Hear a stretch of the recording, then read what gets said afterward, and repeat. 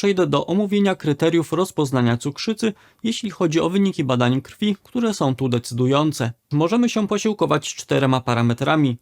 Pierwsze kryterium, w przypadku którego mówimy o cukrzycy, to gdy stężenie glukozy we krwi w dowolnym momencie pomiaru jest równe lub przekracza 200 mg na decylitr i jednocześnie towarzyszy temu kilka objawów, szczególnie mam tu na myśli wzmożone pragnienie, wielomocz i osłabienie. Jeśli chodzi o ten parametr, to fachowo mówimy tu o tak zwanej glikemii przygodnej. Drugie kryterium opiera się na pomiarze stężenia cukru we krwi na czczo.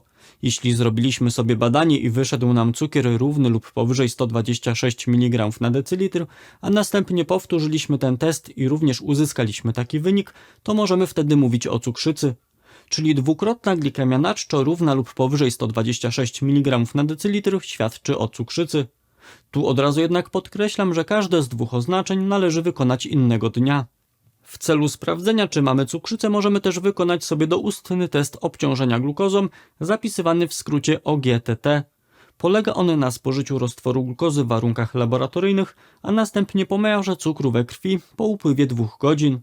Jeśli po tym czasie stężenie glukozy jest równe lub powyżej 200 mg na decylitr, to również diagnozujemy cukrzycę. Czwarte, ostatnie kryterium to hemoglobina glikowana, która jest zapisywana w skrócie jako HbA1c. Bez zagłębiania się w szczegóły jest to parametr, który odzwierciedla średnie stężenie glukozy we krwi w ciągu około 3 miesięcy poprzedzających badanie.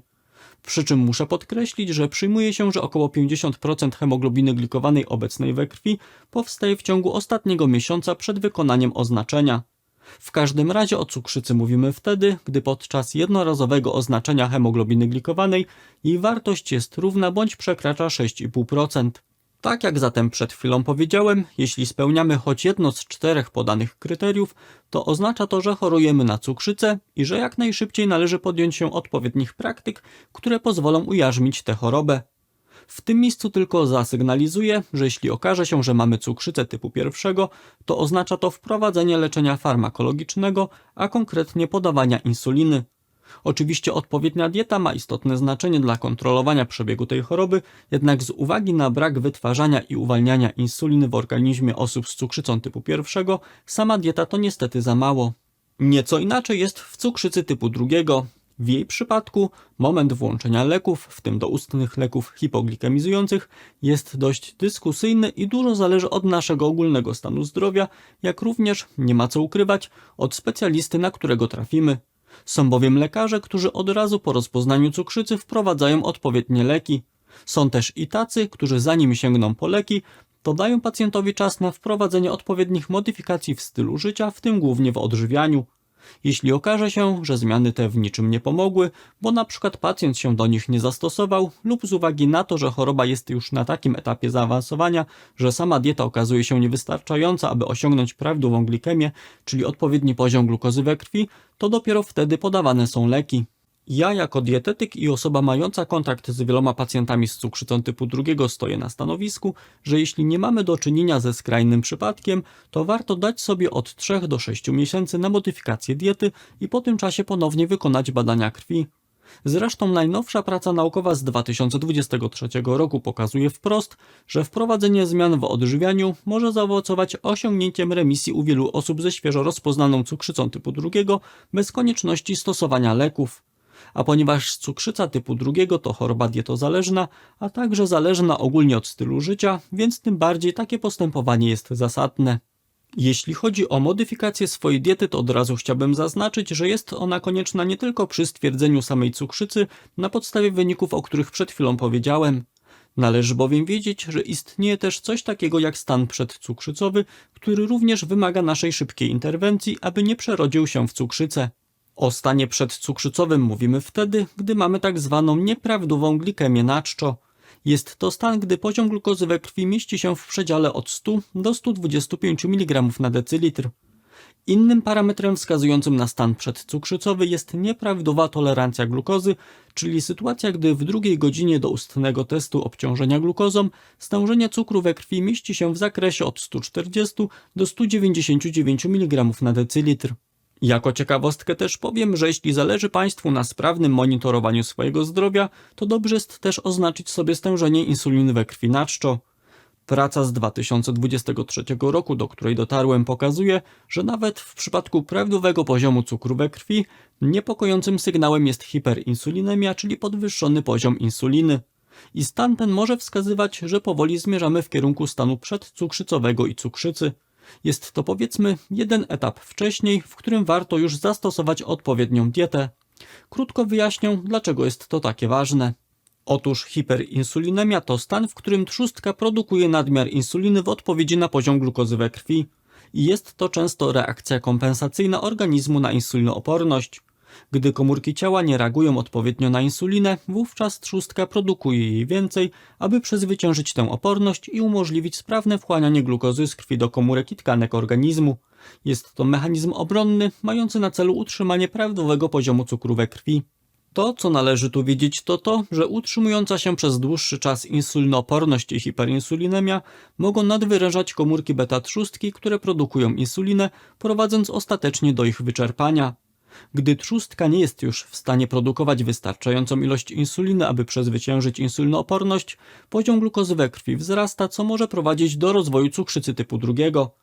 W efekcie jest tak jak wspomniałem, czyli hiperinsulinemia może być wczesnym sygnałem ostrzegawczym przed pojawieniem się stanu przedcukrzycowego i rozwojem cukrzycy typu 2, gdy poziom cukru we krwi jeszcze pozostaje w normie.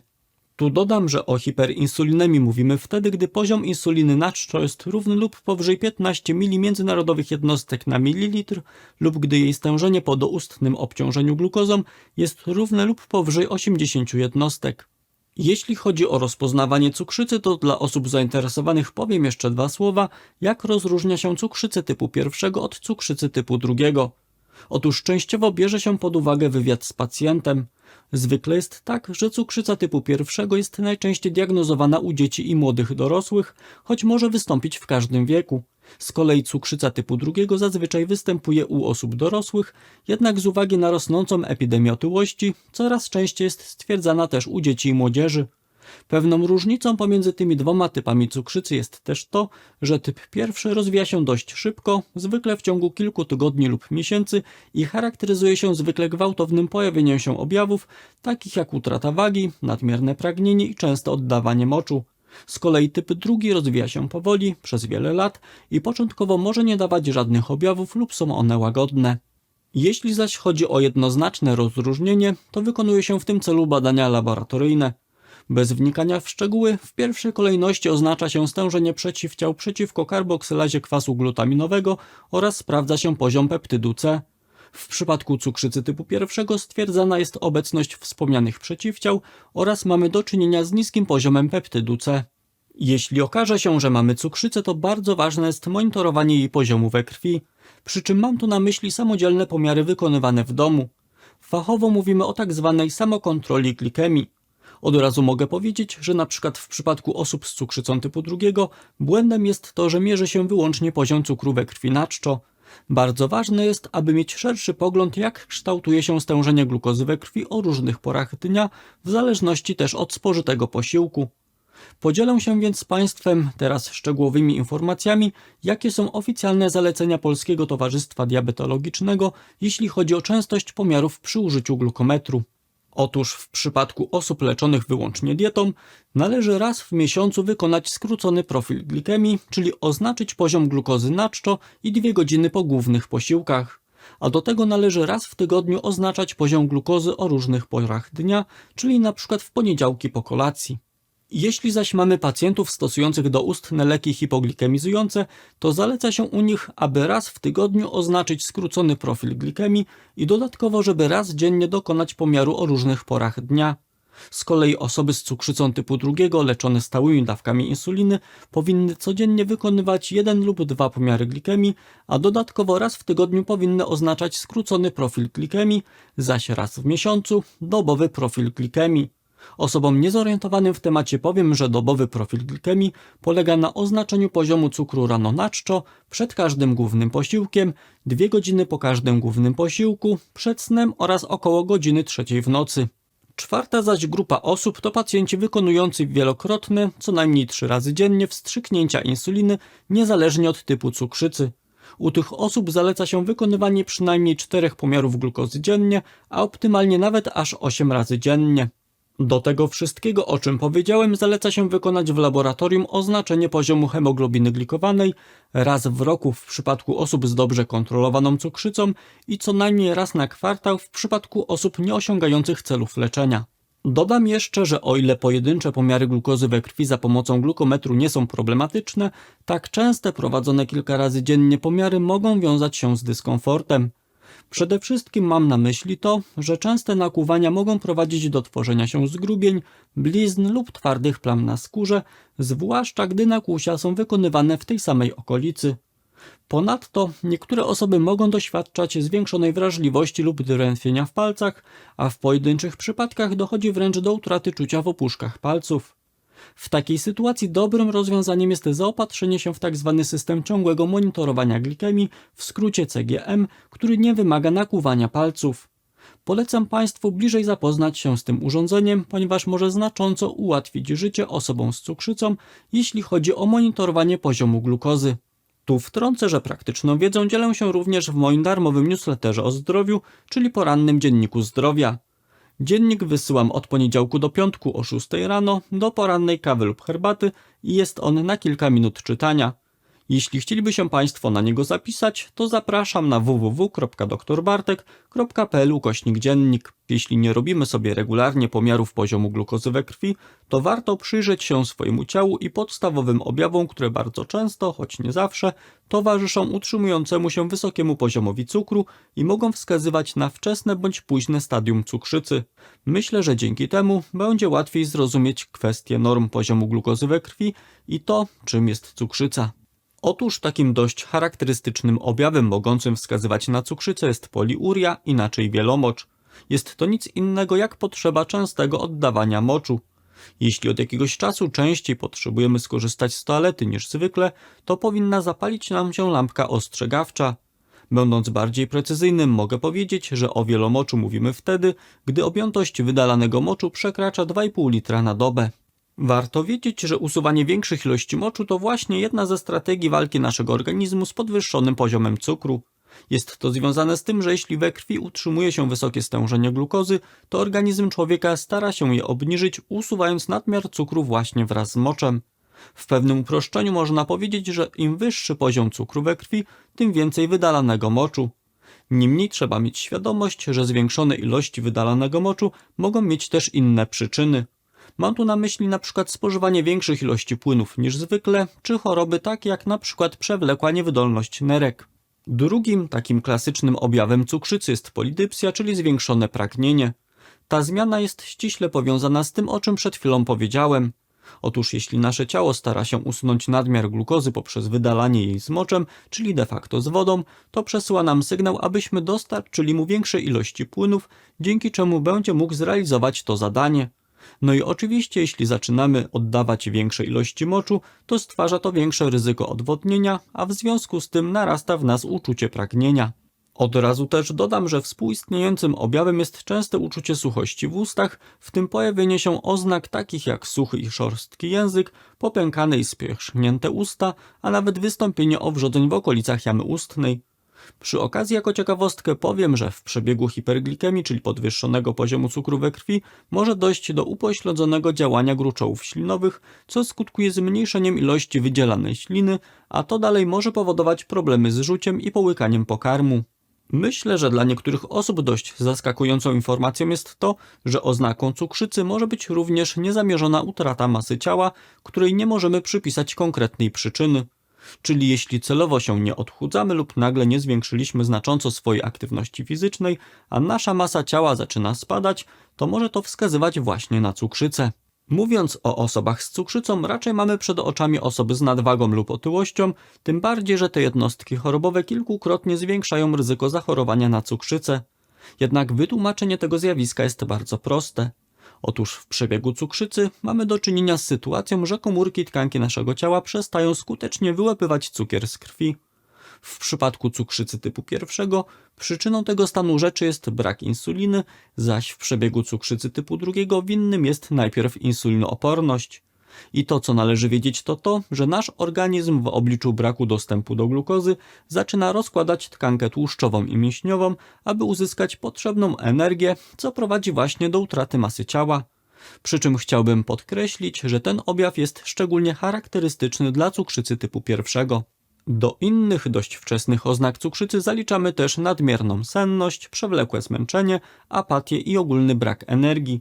Wynika to z tego, o czym już wspominałem, a mianowicie w przebiegu cukrzycy nasz organizm traci zdolność do efektywnego wykorzystania glukozy na potrzeby energetyczne, czyli pomimo jej obecności we krwi, w tym nawet dużych ilości, organizm człowieka nie jest w stanie przetworzyć ją na energię, zaś brak energii daje właśnie takie objawy.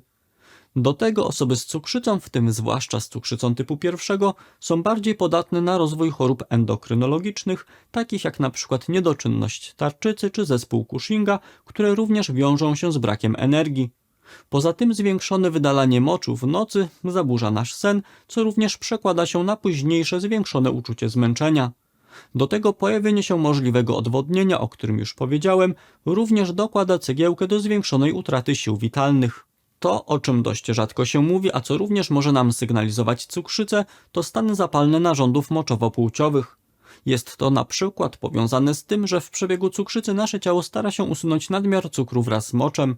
Niestety obecność glukozy w moczu stanowi idealną pożywkę dla mikroorganizmów chorobotwórczych, takich jak bakterie i drożdże, które są bezpośrednią przyczyną wspomnianych infekcji.